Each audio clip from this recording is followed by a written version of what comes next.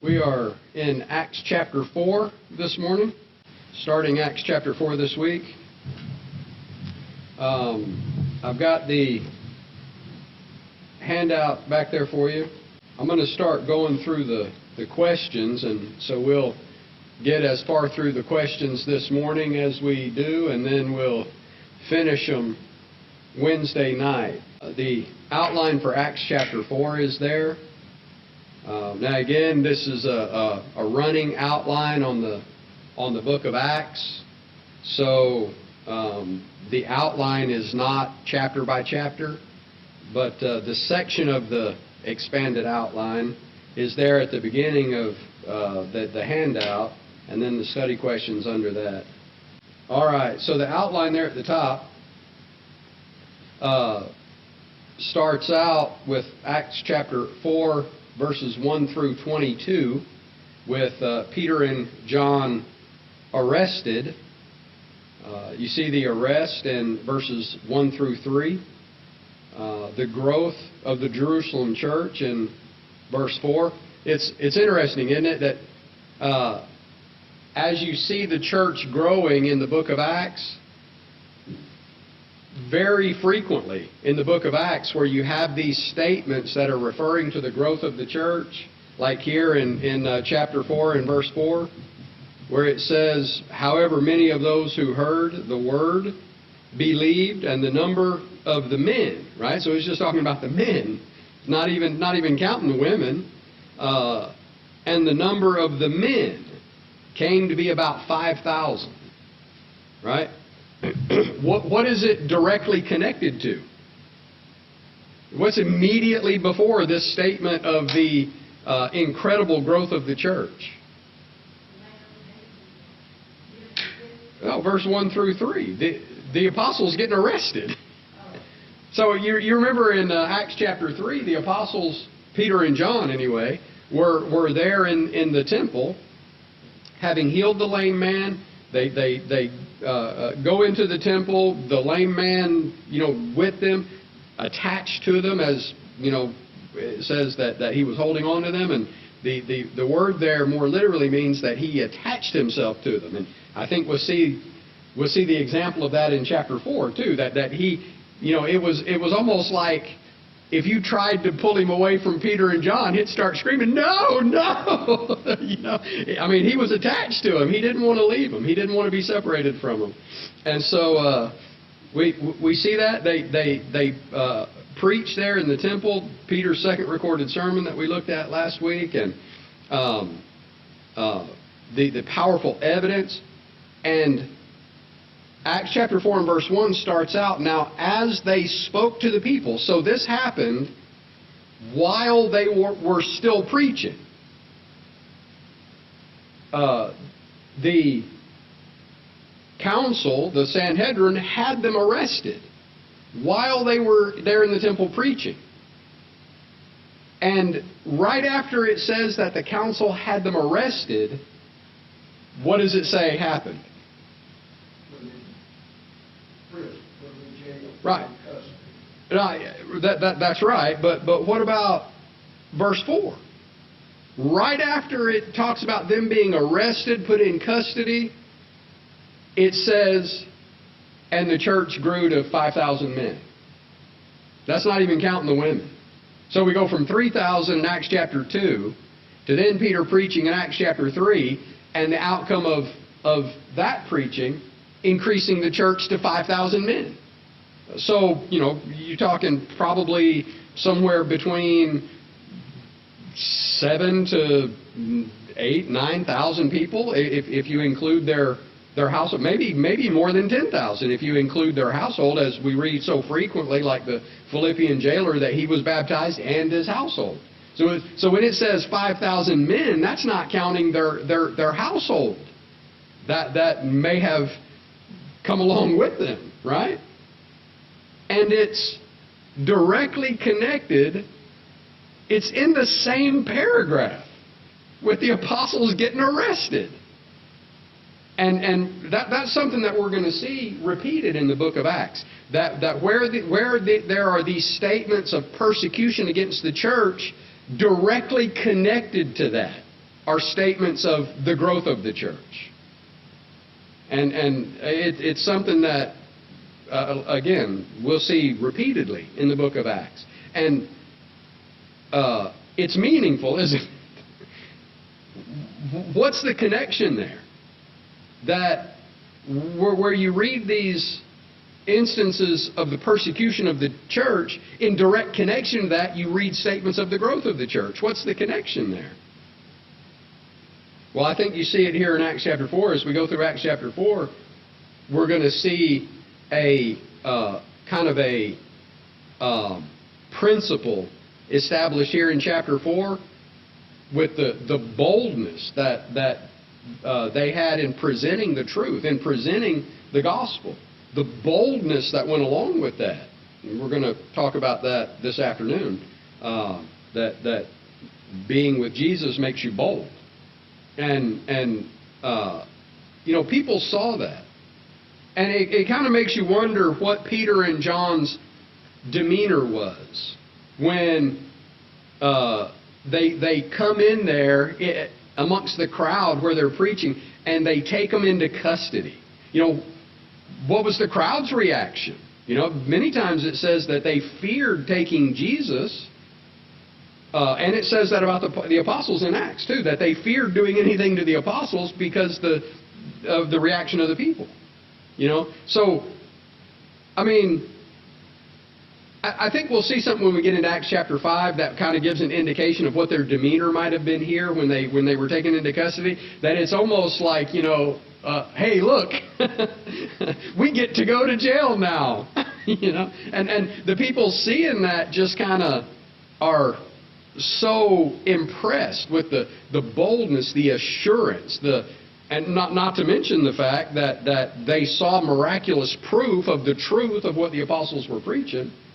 So it had an impact on them. And they respond to the truth of the gospel, the church growing to about 5,000 men.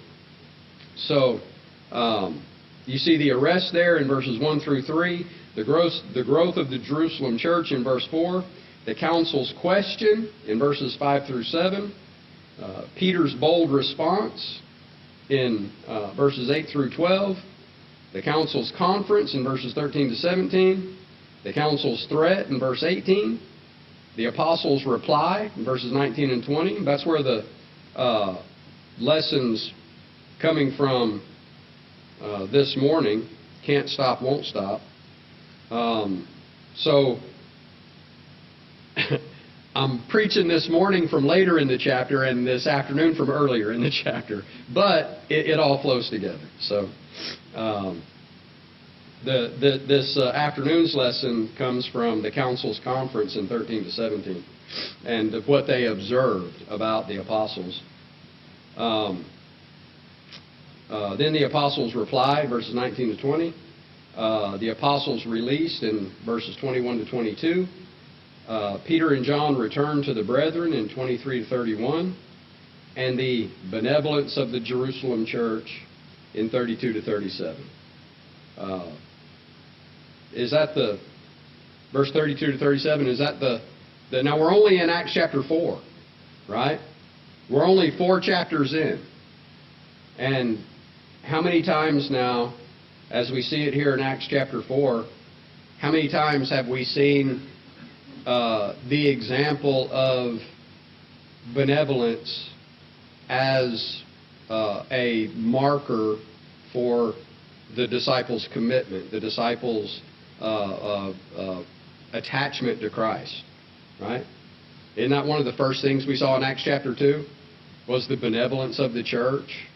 And now here in Acts chapter 4, the benevolence of the church again. And that's gonna flow into Acts chapter 5 too. So, question 126 comes from that first section, the arrest, verses 1 through 3. Now as they spoke to the people, right, so that's referring back to Acts chapter 3 and Peter and John healing the lame man and preaching in the temple with the lame man there as proof of the inspiration of what they were preaching. Now as they spoke to the people, the priests the captain of the temple and the Sadducees came upon them. That's, well, let me go on verse 2. Being greatly disturbed that they taught the people and preached in Jesus the resurrection from the dead. And they laid hands on them and put them in custody until the next day, for it was already evening. So, question 1 says, what was it that greatly disturbed those who laid hands on Peter and John?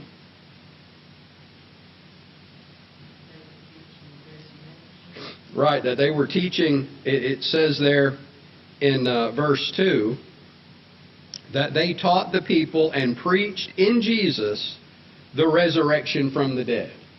So, were they preaching the resurrection of Jesus from the dead? Well, yeah.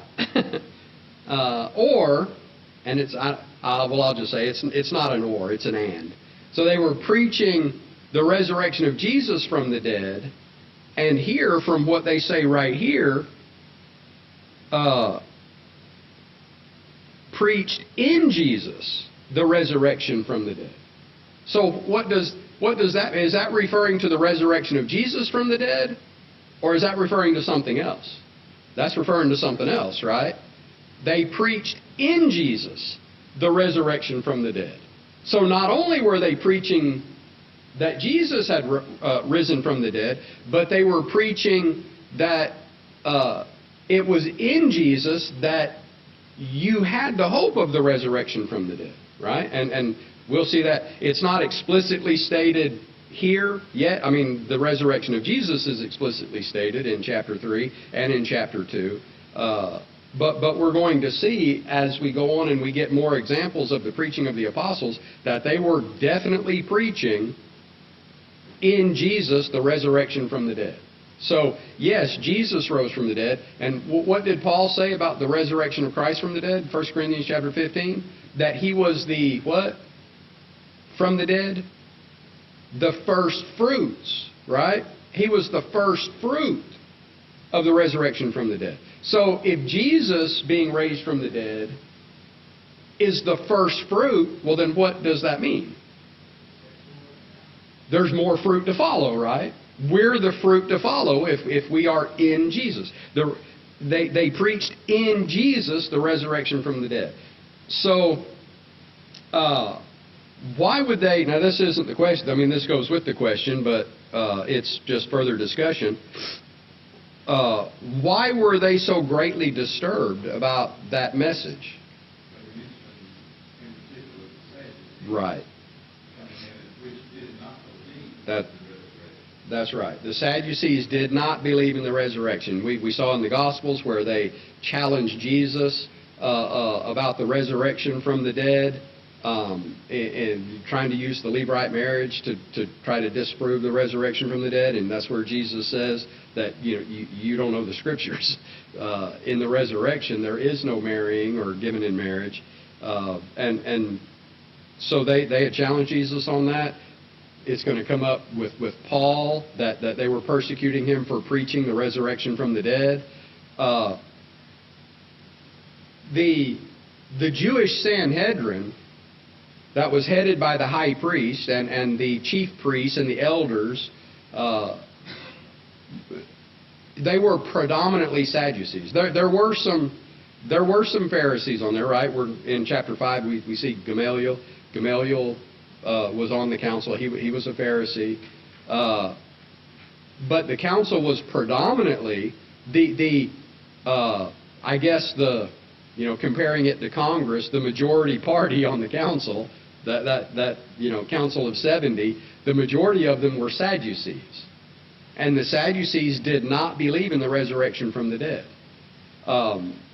So they were greatly disturbed by the preaching of the resurrection of the dead.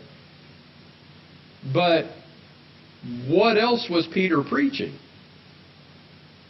Was he just preaching the resurrection of Jesus, or was he preaching the death, burial, resurrection, and ascension of Jesus, right? Well, how did he die? What in In Acts chapter 2, his first sermon. In Acts chapter 3, his second recorded sermon, right? In both of them, what does he say? Exactly right. He was saying to the Jewish audience, you killed him, God raised him up. So it wasn't just that he was preaching the resurrection from the dead, and in Jesus' resurrection of the dead, he was looking at them and saying, you killed him. You killed the Son of God. Right? So they were greatly disturbed and laid hands on Peter and John. Any questions, comments? Why were they kept in custody until the next day?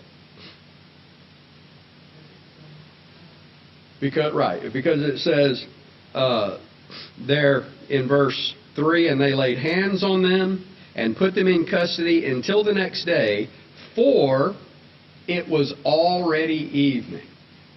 So what difference does that make?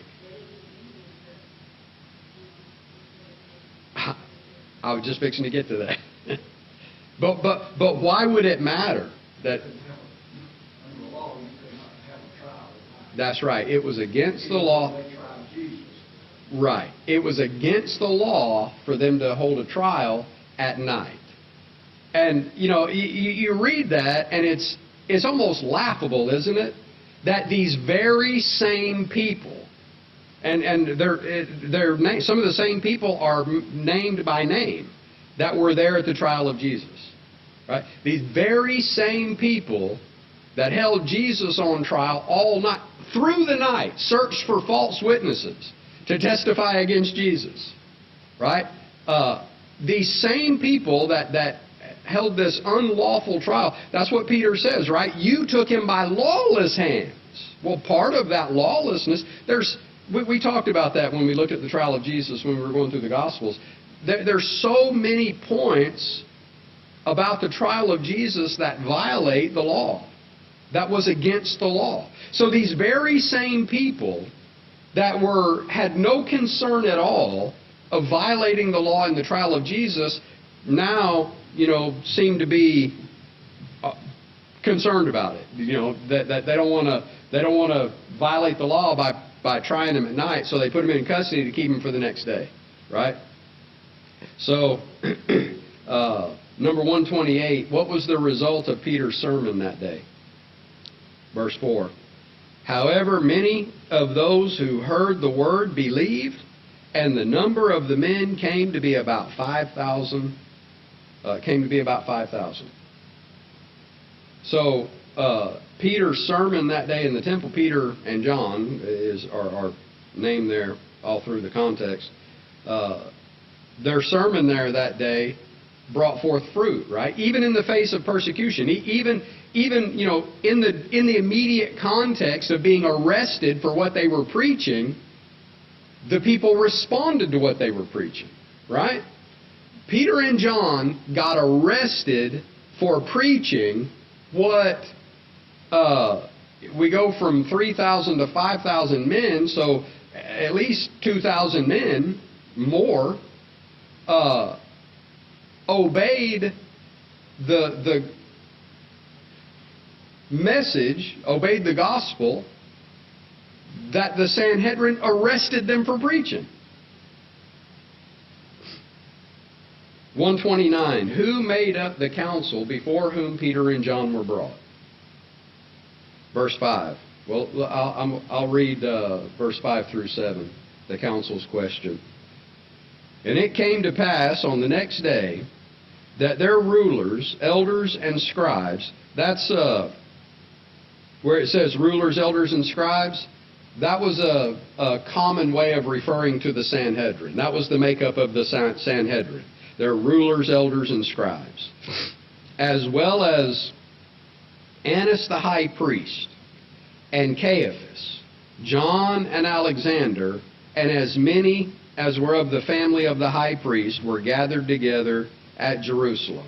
And when they had set them in the midst, they asked, by what power or by what name have you done this? So the question is, who made up the council before whom Peter and John were brought?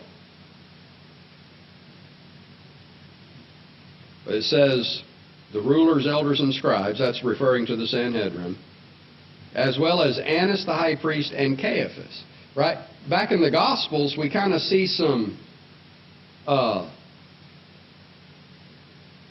overlap between the high priesthood of Annas and Caiaphas. Right? Caiaphas was one of Annas' sons. What was, when someone was appointed as the high priest, how long was that appointment for?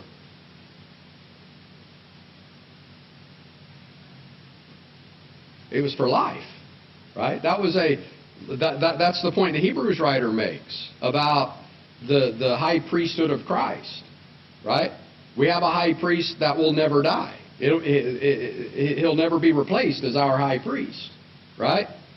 Well, in the Old Testament, when a high priest was appointed, it was for life. It had to be a son of Aaron, right? Of the tribe of Levi, of the sons of Aaron. So when the current high priest died, they would appoint a new high priest from the family of Aaron. So, why then do we have? Let's see. Look at. Can't see. Look at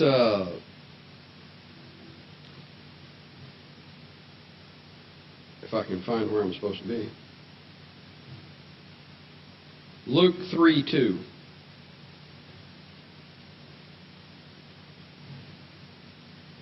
Somebody read Luke 3:2 for me.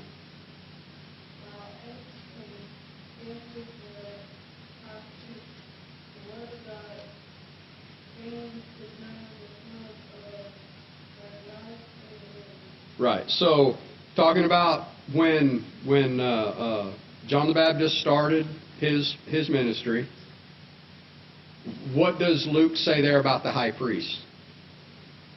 He says, Annas and Caiaphas were high priests. Right?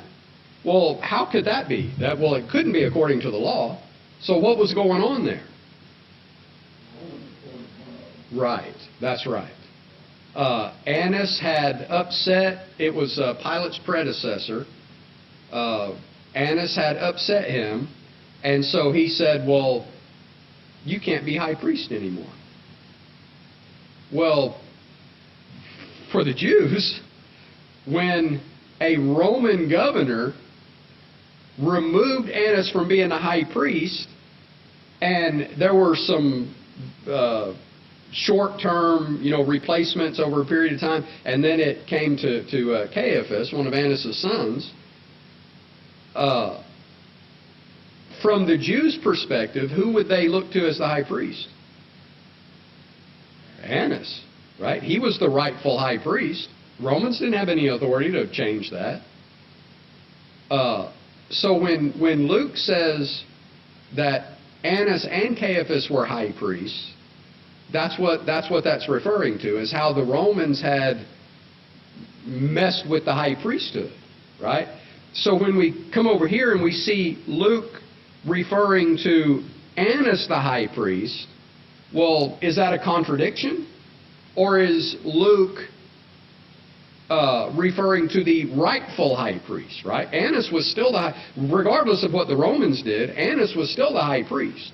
Luke, recording the history, just makes the point, kind of points out that, under this Roman control of Judea, the high priesthood had been manipulated, right? That's the point there. But here, when he's talking about the council and who would actually be the head of the council, which would be the high priest, it's Annas, which shows that, even though the Romans had manipulated the high priesthood, that Annas was still acknowledged as the rightful high priest. On the council, he was still the head of the council, as the high priest was. Now, there's some others that are named there, as well as Annas the high priest, Caiaphas. So we know who those two are, right?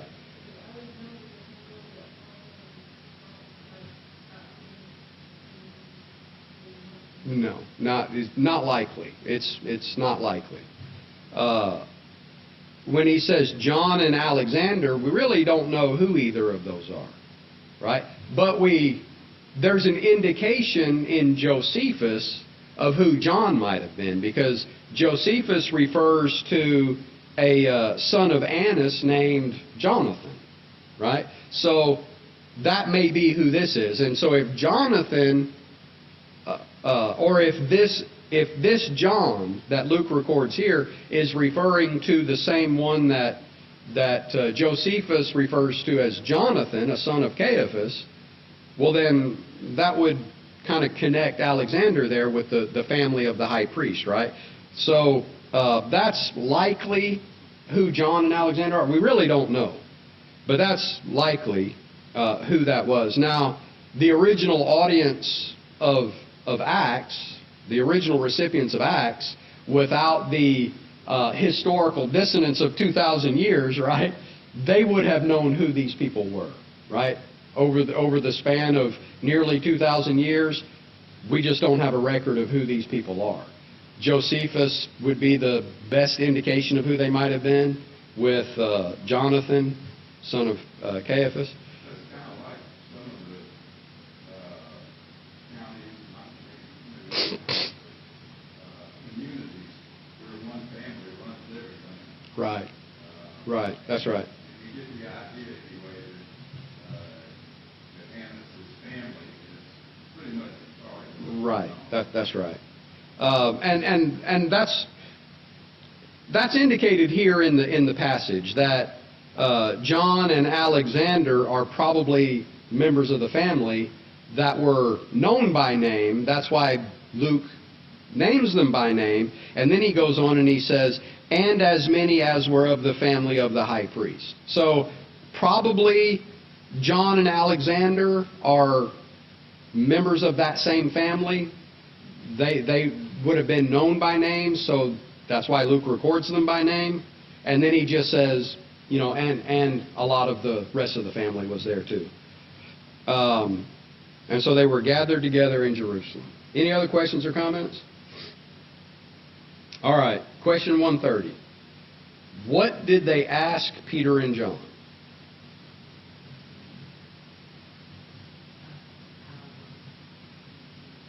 Right.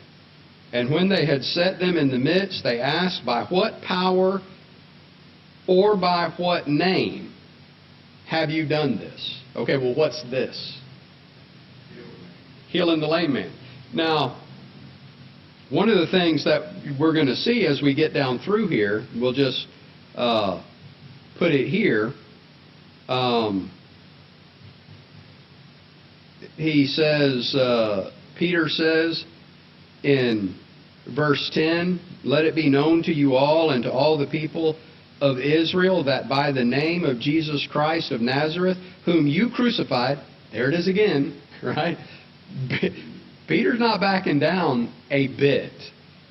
Whom you crucified, whom God raised from the dead, by him, what?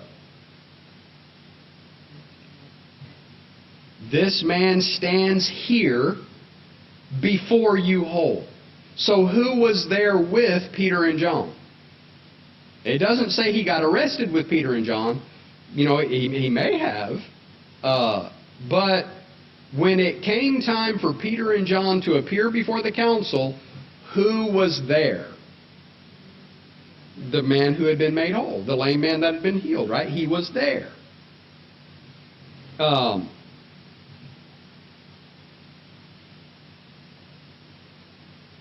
Notice in verse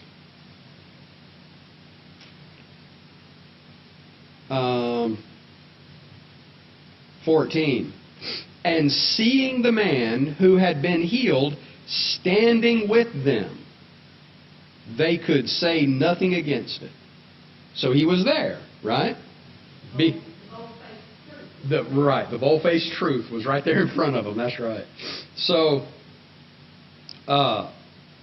when they say, by what power or by what authority have you done this? You know, Did they know who the lame man was? Everybody knew, right? That whole audience. When it says in when they came in. Look back at verse 11, chapter 3, verse 11. Now as the lame man who was healed held on to Peter and John, that held on to there, that means he attached himself to them. Now, it is pretty likely he was, literally hanging on to them, hugging on them, loving them, showing affection for them for what they had done for him. But the word literally means that he connected himself to them. He was holding on to Peter and John. All the people ran together to them in the porch, which is called Solomon's, greatly amazed.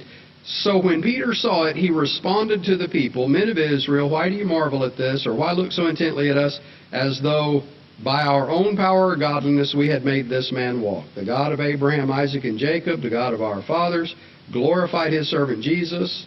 Let me go on down.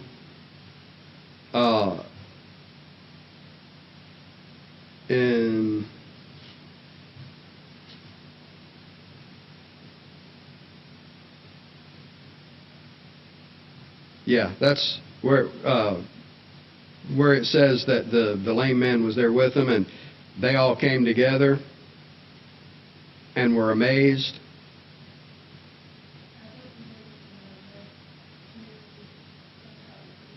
Yeah. And a certain man, lame from his mother's womb, was carried, whom they laid daily at the gate of the temple, which is called Beautiful, to ask alms from those who entered the temple, who seeing Peter and John, they all would have seen him on a daily basis as they were coming and going to the temple. They all knew this audience that came running together, they all knew who the lame man was. Now here's the council. They all knew who the lame man was. And there he was standing in front of them. It was clear that he had been made well. Wouldn't you think that the council then would be like, wow, look at this guy standing here well? You would kind of think that, right?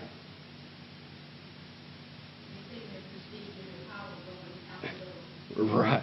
What did they do when it was obvious that Jesus had raised somebody from the dead? They plotted to kill Lazarus because people were going to see Lazarus, that Lazarus had been raised from the dead, and were being turned to Christ as a result of that miracle. So here's this man that had been lame from birth, and now he's standing, walking, like there's not a thing in the world wrong with him. And rather than praising God for, or even showing any compassion at all for this lame man that had been healed, just like they did in the synagogue when Jesus healed the man's withered hand, and instead of saying, wow, look what he did, they jump on him because it was on the Sabbath, right? And persecute him for doing good for somebody on the Sabbath. Well, they're doing the same thing. These are the same people. These are the same people. And so they could care less about the lame man that had been healed. They could care less that this man was lame from birth and now he's well. All they cared about was that Peter and John were doing something that was not under their authority. That's really what they want to know. That's what they ask. By what power or in what name? What does that mean? In what name? Authority, right. What was their problem? They're the power. They're the authority. Don't you come in the temple doing something that we don't approve of. Don't you come in the temple claiming some authority other than us. Right? That's their problem here. Just like it was with Jesus. Remember they asked Jesus, tell us by what authority you do these things. Well, what things? All the miracles Jesus has been doing. They could see them. They were obvious. But what did they want to know? Well, they accused him of doing it by the devil. They said, tell us by what authority you do these things. Jesus showed their hypocrisy by asking them, or by responding, turning it around on them, which there's a statement here we're going to talk about this afternoon, right? They perceived that they had been with Jesus. Well, how'd they do that? Because Peter and John do the same thing to him here that Jesus did to them over and over and over again. When they challenged Jesus, Jesus would answer them in a way, respond to them in a way that they couldn't answer it, right? When they questioned Jesus' authority, tell us by what authority you do these things. What did he say?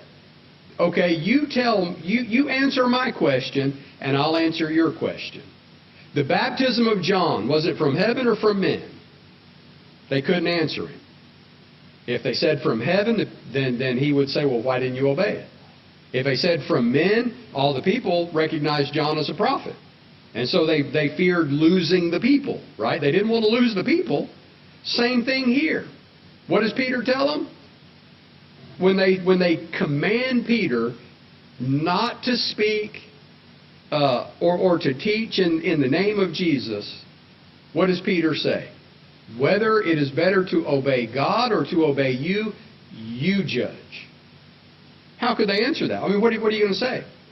If you tell me, if you say, Norm, you need to quit doing what you're doing, and I say, well, I'm obeying God. Don't you think I should obey God? What are you going to say? No, obey me. No, who would say that? Nobody. That's what Peter did to them. Same thing. Jesus did it over and over and over again. Peter does the same thing. You answer. You're calling on me to answer? No, I want you to answer. Whether it is right for me to obey God or to obey you, you judge. What could they say to that? No, you need to obey us, regardless of what you think you should be doing for God. You need to obey us. Of course they weren't going to say that. They couldn't answer him. The interesting thing is that they received Peter as an uneducated man. Right, that's right. All the way through. That's right. And this uneducated man blew him up. Let's see, where did we get down to? What did they ask Peter and John? Well, I'll go ahead and answer 131. So, it says in verse 7, and when they had set them in the midst, they asked, by what power or by what name have you done this? They wanted to know by what authority they healed this lame man. Then Peter, what? Filled with the Holy Spirit. What does that mean? What does that mean about Peter's answer to them? It was inspired by the Holy Spirit. What did Jesus tell the apostles? When they arrest you, don't worry about what you'll say. What? It'll be given to you what you'll say. Right? Here it is, right here. That's what this is. That's what it means. He was filled with the Spirit. This is exactly what Jesus said was going to happen. They're going to arrest you. Don't worry about how you're going to answer them. It'll be given you how to answer them. The Holy Spirit gave Peter how to answer them. Right? Then Peter, filled with the Spirit, filled with the Holy Spirit, said to them, rulers of the people and elders of Israel, if we this day are judged for what? A good deed. Right? It's almost like Peter standing there and he's saying, are you kidding me? This guy's standing right here that was lame from birth, and now he can jump up and down and praise God. And you arrested us and brought us to trial for doing a good deed? Right? Isn't that the same thing Jesus did? He healed the withered hand. Jesus said, look, you people, your donkey falls in a ditch on the Sabbath, what are you going to do? Leave it there? No, you're going to pull it out. And you're going to judge me for healing this man's hand on the Sabbath? Right? Hypocrites. That's basically what Jesus was doing. That's what Peter's doing here. You're judging us for doing a good deed? That we didn't say, oh, the Sanhedrin approved us to do this? You want to know by what authority, what power, or in what name we did this? As though we need your approval? You're going to judge us for doing a good deed? Peter's just putting it to him. If we this day are judged for a good deed done to a helpless man, by what means he has been made well, let it be known to you all and to all the people of Israel that by the name of Jesus Christ of Nazareth, whom you crucified. That's the third time, well, more than that. This is the third recorded sermon, if you will. This is kind of a sermon going to the Sanhedrin here, where he makes that direct accusation. You killed him, God raised him up. All right, we'll pick up, what question was that? All right, so we'll pick up with 132 Wednesday night.